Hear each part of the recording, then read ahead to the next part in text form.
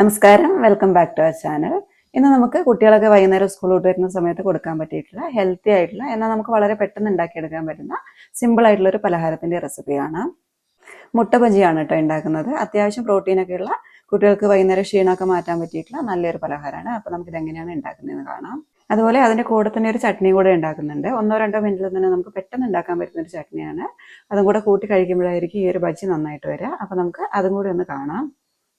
ആദ്യം നമുക്ക് ബജ്ജി എങ്ങനെയാണ് ഉണ്ടാക്കുന്നതെന്ന് നോക്കാം. ഒരു ബൗളിലേക്ക് 1 കപ്പ് കടലപ്പൊടി എടുത്തിട്ടുണ്ട് കേട്ടോ. 125 ഗ്രാം ഉണ്ട്. ഇതിലേക്ക് കുറച്ച് അരിപ്പൊടിയും കൂടെ ചേർക്കാം. ഞാനൊരു 2 ടേബിൾ സ്പൂൺ അരിപ്പൊടി ചേർക്കുന്നുണ്ട്. ഇത് നമ്മൾ പത്തിരിക്ക് ഇടിയപ്പത്തിനൊക്കെ എടുക്കുന്ന വറുത്ത നൈസായിട്ടുള്ള അരിപ്പൊടിയാണ്. ഇതിന് പകരമായിട്ട് നമുക്ക് വേണമെങ്കിൽ അധികം തരിയില്ലാത്ത പുട്ടുപൊടി ഉപയോഗിച്ചാലും കുഴപ്പമൊന്നുമില്ല. അതുപോലെ 2 ടേബിൾ സ്പൂണിന് പകരം വേണമെങ്കിൽ ഒരു 4 ടേബിൾ സ്പൂൺ വരെ ആകാം കേട്ടോ. അരിപ്പൊടി ചേർത്തിട്ടുണ്ടെങ്കിൽ കുറച്ചും കൂടി ഒന്ന് ബജി ഒന്ന് മൊരിഞ്ഞു കിട്ടും. അതിന് വേണ്ടിയിട്ടാണ് അരിപ്പൊടി ചേർത്തത്. അപ്പോൾ 4 ടേബിൾ സ്പൂൺ വരെ ആയാലും കുഴപ്പമൊന്നുമില്ല.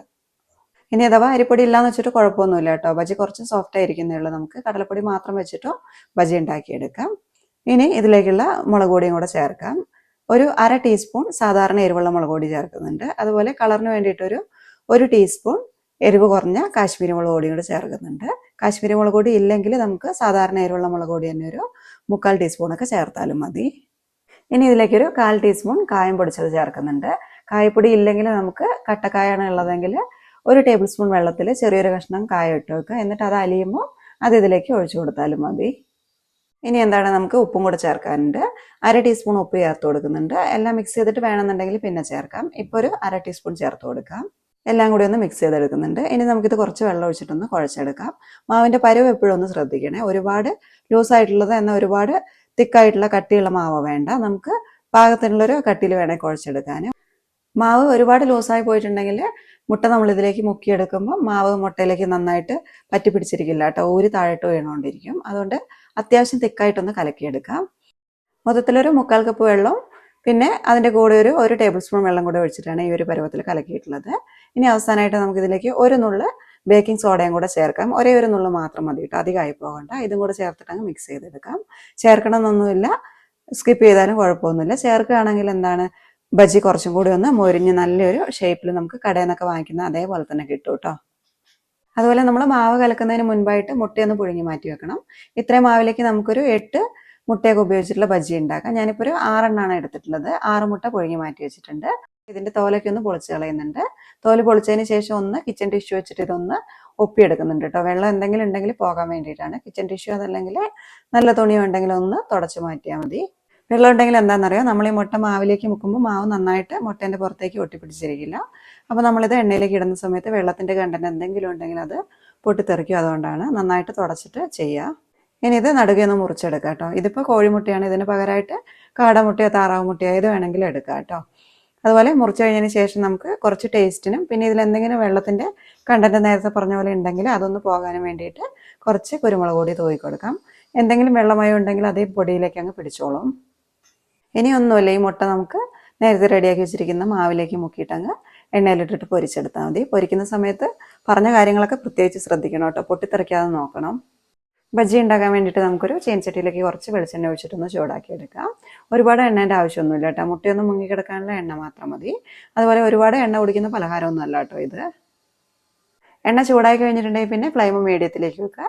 മീഡിയം ഫ്ലെയിമിൽ വെച്ചിട്ട് വേണം ഓരോ മുട്ടയും മാവിൽ മുക്കിയിട്ട് നമുക്ക് ഇതിലേക്കിട്ട് പൊരിച്ച് കോരിയെടുക്കാൻ. എണ്ണ നന്നായിട്ട് ചൂടായിട്ടുണ്ട്. ഫ്ലെയിം മീഡിയത്തിലേക്ക് വെച്ചു. ഇനി ഒരു മുട്ട എടുത്തിട്ട് ഈ മാവിലേക്ക് മുക്കാം. മാവ് മുട്ടേൻ്റെ എല്ലാ ഭാഗത്തേക്കും ആവണേ. ഇനി ഇത് എണ്ണയിലേക്ക് ഇട്ടിട്ട് അങ്ങ് വറുത്ത് കോരിയെടുക്കാം. പെട്ടെന്ന് തന്നെ ആകും കേട്ടോ, കാരണം ഇതിലുള്ള മുട്ട നമ്മൾ ആദ്യം തന്നെ വേവിച്ചതാണ്. പിന്നെ ഇതിൻ്റെ പുറത്തുള്ള കോട്ടിങ് ഉണ്ടല്ലോ, അത് മാത്രം ഒന്ന് വെന്ത് വന്നാൽ മതി. തിരിച്ചു മറിച്ചൊക്കെ ഇട്ടിട്ടങ്ങ് വേവിച്ച് കോരി മാറ്റാം. ഇതേപോലെ തന്നെ അടുത്ത മുട്ടയും മാവിലേക്ക് മുക്കിയിട്ടങ്ങ് ഇട്ട് കൊടുക്കാം. കൈ കൊണ്ട് എടുത്തിട്ട് ഇടാം, അതല്ലെങ്കിൽ ഇതുപോലെ സ്പൂൺ എടുക്കുകയാണെങ്കിൽ ആ കറക്റ്റ് ഷേപ്പിൽ തന്നെ വേണുള്ളൂ കേട്ടോ. ഇതും വെന്ത് വന്നിട്ടുണ്ട്. നമുക്ക് എണ്ണയിൽ നിന്ന് കോരി മാറ്റാം. ഈ രീതിയിൽ തന്നെ ബാക്കിയുള്ളതെല്ലാം അങ്ങ് എണ്ണയിലേക്ക് ഇട്ടിട്ട് പൊരിച്ച് കോരി മാറ്റാം. എണ്ണയിലേക്ക് ഇട്ട് കഴിയുമ്പോൾ അതിൻ്റെ പൊട്ടും പൊടിയൊക്കെ ഉണ്ടാവില്ല, അത് നമുക്കങ്ങ് കോരി മാറ്റാം. ഞാനിപ്പോൾ ഇതെല്ലാം ഇതേപോലെ തന്നെ ഉണ്ടാക്കി എടുത്തിട്ടുണ്ട്. ഇനി നമുക്ക് ഈ ബജി മുക്കി കഴിക്കാനുള്ള ചട്നിയും കൂടെ പെട്ടെന്ന് തന്നെ ഉണ്ടാക്കാം കേട്ടോ, വേഗമാകും. മിക്സിയിൽ ചെറിയ ജാറിലേക്ക് 1-2 സവാള ഒന്ന് മുറിച്ചിട്ട് കൊടുക്കാം. പെട്ടെന്ന് അരയാൻ വേണ്ടിയിട്ടാണ് ചെറിയ കഷ്ണങ്ങളാക്കിയിട്ട് അങ്ങ് മുറിച്ചിടുന്നുണ്ട്.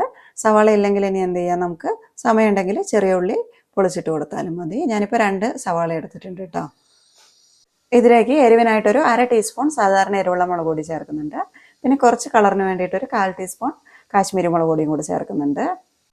ഉപ്പ് 1/2 ടീസ്പൂൺ ചേർക്കുന്നുണ്ട്. പിന്നെ ഇതിലേക്ക് പുളിക്കായിട്ട് നമ്മൾ സാധാരണ സാമ്പാറൊക്കെ വെക്കുന്ന വാളംപുളി ഉണ്ടല്ലോ, അത് ചേർക്കാം. അതല്ലെങ്കിൽ നമുക്ക് വിനാഗിരി ചേർത്ത് കൊടുക്കാം. ഞാനിപ്പോൾ വിനാഗിരിയാണ് ചേർക്കുന്നത്. വിനാഗിരി ചേർക്കുമ്പോൾ നല്ലൊരു ടേസ്റ്റാണ്.